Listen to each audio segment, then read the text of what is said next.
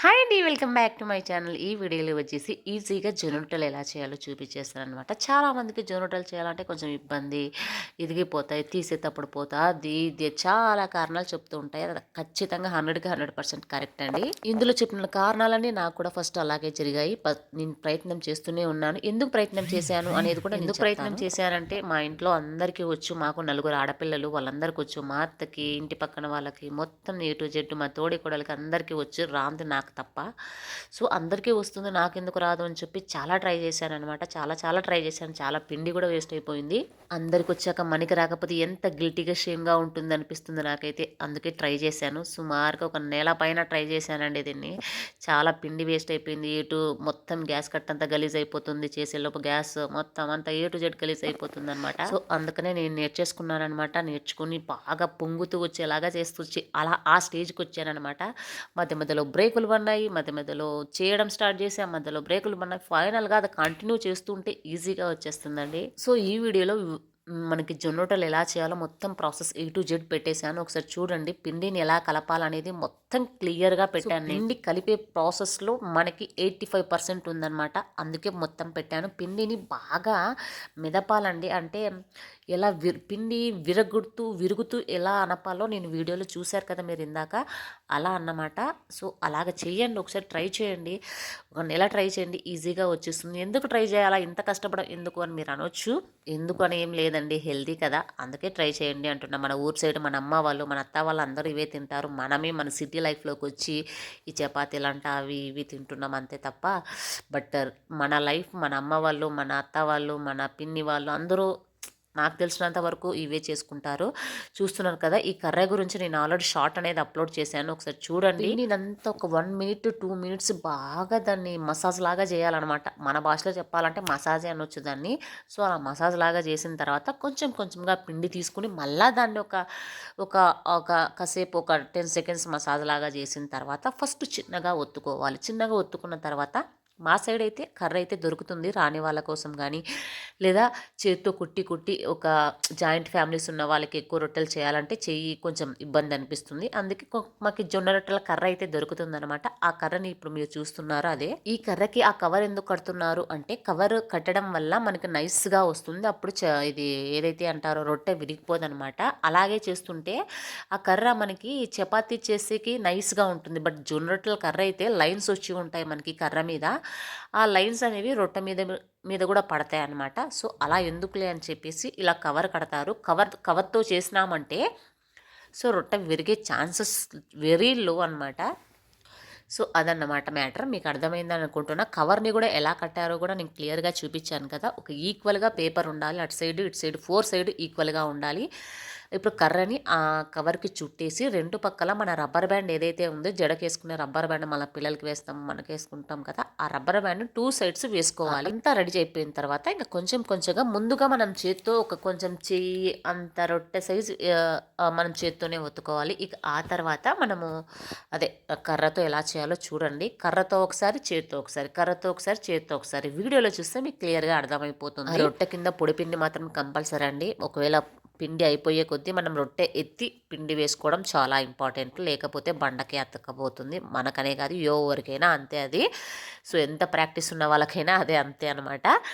So అది matter. పిండి మాత్రం కంపల్సరీ. ఒకసారి చూడండి కట్టెతో ఎలా చేస్తున్నారనేది.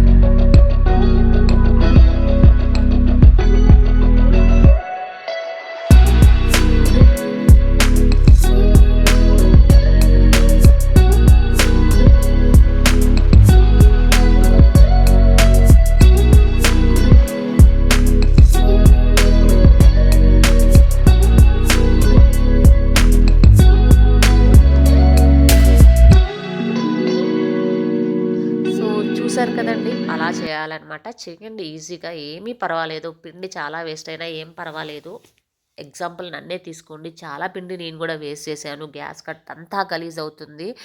ఏం పర్వాలేదు, ట్రై చేయండి, వచ్చేస్తుంది. నేను కూడా ఇలానే అందరికొచ్చు అనే, నాకు రాదనే దాంతోనే చేసుకున్నాననమాట, నేర్చుకున్నాను. సో, ఈజీనే, చేయండి.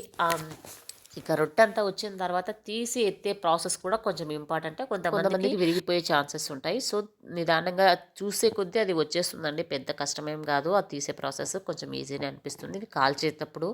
సో, అక్కడ కాల్చుతూ ఇక్కడ రొట్టె చేసుకుంటూ ఉండాలి. లేదంటే చపాతీల్లాగా మనకి రొట్టెలు ఎక్కువ చేసి పెట్టుకొని అలా అయితే కుదరదు. ఎక్కువ శాతం అలా అయితే కుదరదు. సో, అక్కడ చేస్తూ ఉండాలి, ఇక్కడ చేస్తూ ఉండాలి. రెండింటిని మేనేజ్ చేసుకుంటూ ఉండాలి. అందరికి తెలుసనే అనుకుంటున్నా. మళ్ళీ ఇది చెప్తే మీరు కామెడీగా అనుకుంటారు. అలా కామెడీ ఏమనుకోవద్దు. ఇదన్నమాట. మీకు జొన్న రొట్టెలు వస్తాయని అనుకుంటున్నాను. నాకైతే వచ్చేసింది. మరి మీకు కూడా కొంచెం మోటివేట్‌గా ఉంటుందని చెప్పి ఏ టు జెడ్ వీడియో అయితే నేను పెట్టాను. సో, చాలా తేలిగ్గా చపాతీల్లాగా వచ్చాయన్నమాట. చూస్తారు కదా, లాస్ట్‌లో వీడియో నేను అది కూడా పెట్టాను, చూడండి. ఓకే ఫ్రెండ్స్, మళ్ళా మీకు వీడియో నచ్చిందని అనుకుంటున్నాను. మరి వీడియో నచ్చినట్టయితే లైక్ చేయండి. మరిన్ని వీడియోస్ సబ్జెక్ట్స్ కోసం ఛానల్ సబ్స్క్రైబ్ చేసుకోండి. అలాగే నేను మంచి మంచి వీడియోస్ అనేవి అప్లోడ్ చేశాను. ఒకవేళ మీకు రెసిపీస్ ఎక్కువ షార్ట్ రూపంలో ఉన్నాయి, అవి కూడా చెక్ చేయండి. షార్ట్ రూపంలో అవి కూడా అప్లోడ్ చేసేసాను నేను. ఒకసారి చూడండి, నచ్చుతాయని అనుకుంటున్నాను. Okay friends, thank you for watching. Bye bye.